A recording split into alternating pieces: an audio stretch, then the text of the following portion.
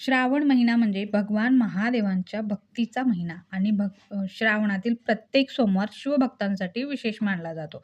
पण यंदाच्या पहिल्या श्रावण सोमवारी नेमके काय करायचं आहे तुम्हाला माहीत आहे का? शिवलिंगावर आपल्याला काय अर्पण करायचं आहे किंवा या सोमवारी शिवामूठ कोणती व्हायची आहे किंवा कोणता मंत्र म्हणायचा आहे आणि कोणत्या ज्या चुका आहेत त्या चुका टाळायच्या आहेत हे तुम्हाला माहीत आहे का? असेल तर कमेंटमध्ये यस लिहा आणि नसेल तर माझा हा व्हिडिओ आजचा पूर्ण बघा. कारण खूप छोटीशी पण महत्त्वपूर्ण माहिती मी तुम्हाला खूप थोड्या वेळामध्ये सांगणार आहे. तर चला आपण व्हिडिओला सुरुवात करूया. जास्ती वेळ आपल्याला घ्यायचा नाही आहे.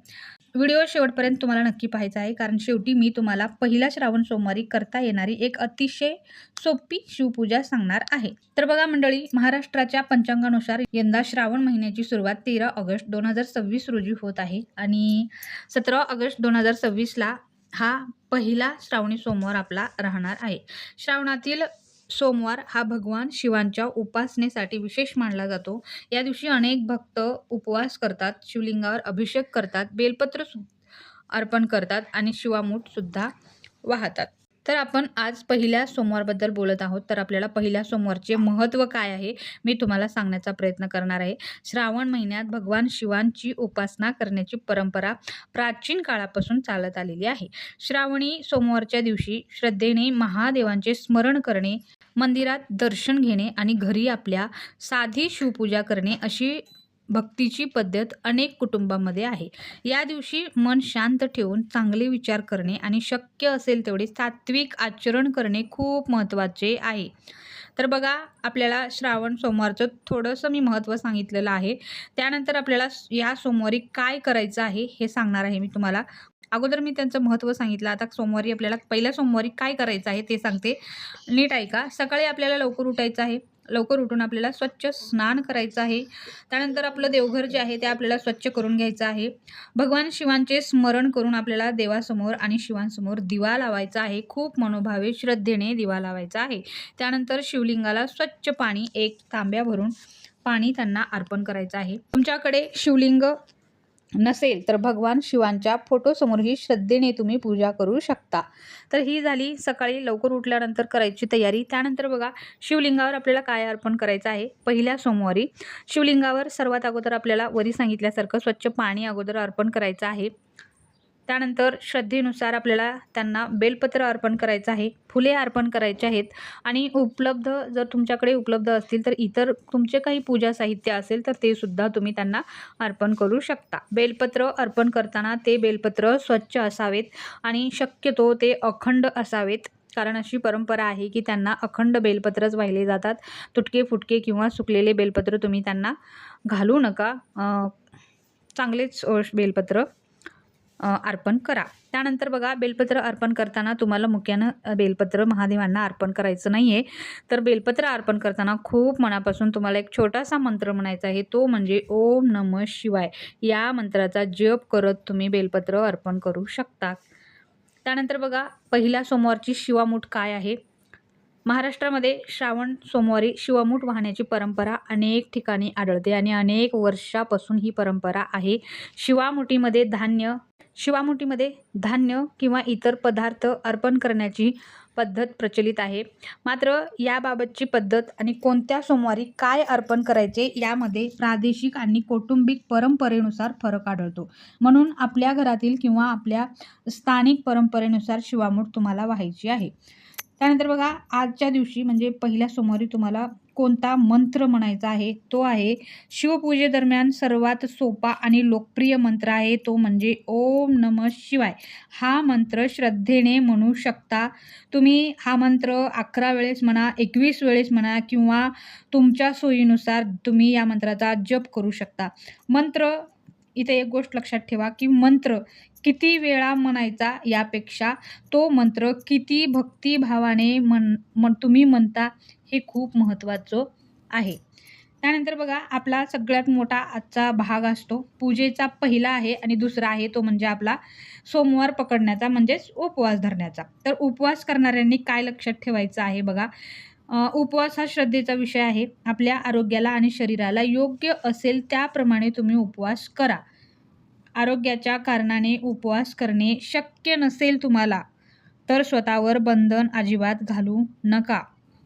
महादेवांची भक्ती करण्यासाठी उपवास करणेच हे आवश्यक असे नाही. तुम्ही श्रद्धेने, मनापासून भक्तिभावाने तुम्ही महादेवांची सुंदर अशी पूजा करू शकता.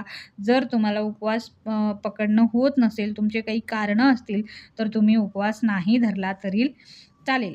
मनापासून केलेली प्रार्थना आणि चांगले आचरण हाच भक्तीचा भाग आहे, खूप मोठा भाग आहे. आता बघा पुढचा भाग बघूया, तो म्हणजे सोमवारी तुम्हाला कोणत्या चुका ज्या आहेत ते टाळायच्या आहेत. पहिली गोष्ट बघा, पूजा करताना तुम्हाला अजिबात घाई करायची नाही. पूजा घाईघाईने करायची नाही. निवांत वेळ मस्त घेऊन आपल्याला पूजा करायची आहे. त्यासाठी तुम्हाला सकाळी पहाटे लवकर उठायचं आहे, तर पूजा खूप सुंदर होते. पहाटेचे वातावरण खूप सुंदर असते.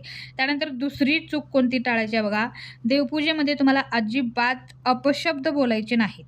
राग करायचा नाही किंवा कोणासोबतही भांडणे या दिवशी श्रावणामध्ये कुठल्याच दिवशी तुम्हाला भांडणे करायचे नाहीत. शक्यतो तुम्हाला भांडणे करायचेच नाहीत. पूजा साहित्य उपलब्ध नसल्यामुळे पूजा अपूर्ण झाली असे समजू नका. तुमच्याकडे जे काही साहित्य असतील ते तुम्ही महादेवाला मनापासून मनोभावे अर्पण करा. महादेवांना कुठल्याही देवांना आपला भक्ती भाव महत्त्वाचा असतो, की आपण किती मनापासून ही पूजा करत आहोत, हा भाव खूप महत्त्वाचा असतो. आपण किती अर्पण करत आहोत हे महत्त्वाचं नाही, आपला भाव महत्त्वाचा आहे, आपली भक्ती महत्त्वाची आहे. भगवान शिवांच्या पूजेमध्ये श्रद्धेला खूप महत्त्व आहे, विशेष महत्त्व आहे. त्यानंतर बघा, घरच्या घरी सोपी पूजा तुम्ही कशी करू शकता. आता एक अतिशय सोपी पूजा मी तुम्हाला सांगणार आहे, जे मी तुम्हाला व्हिडिओ सुरू झाल्यानंतर सांगितलं होतं, की तुम्हाला मी एक सोपी पूजा सांगणार आहे. ती बघा, आता तुम्हाला सर्वात अगोदर तुम्हाला देवघर तुमचं स्वच्छ करायचं आहे. दिवा लावायचा आहे, देवामध्ये मनोभावे दिवा लावायचा आहे. भगवान शिवांचे स्मरण करायचं आहे. त्यानंतर शिवलिंगावर स्वच्छ एक तांब्या भरून पाणी अर्पण करायचं आहे.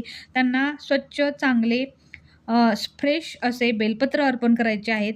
आणि बेलपत्र अर्पण करताना तुम्हाला ओम नमः शिवाय असं म्हणत, ध्यान करत, जप करत तुम्हाला हे मंत्र म्हणत त्यांना बेलपत्र अर्पण करायचं आहे. त्यानंतर मनातली तुमची कोणती इच्छा असेल किंवा तुमच्या मनामध्ये काही चिंता असेल, तर ते तुम्ही महादेवासमोर शांतपणे व्यक्त करू शकता. तुम्ही महादेवांना सांगू शकता. शेवटी तुम्हाला एक प्रार्थना करायची आहे. ती बघा, प्रार्थना तुम्ही काय करणार आहात, तर हात जोडा, शांत डोळे झाका, पूर्ण निर्विचार व्हा, कुठलाही विचार डोक्यामध्ये आणायचा नाही. महादेवांना एक प्रार्थना करा, ती म्हणजे, हे महादेवा, माझ्या कुटुंबावर तुमची कृपा राहू द्या. सर्वांना सुख, शांती, आरोग्य आणि सद्बुद्धी मिळू द्या. अशी एक छोटीशी पण महत्त्वपूर्ण आणि सगळ्यांसाठी एक छान अशी महादेवांना प्रार्थना करायची आहे.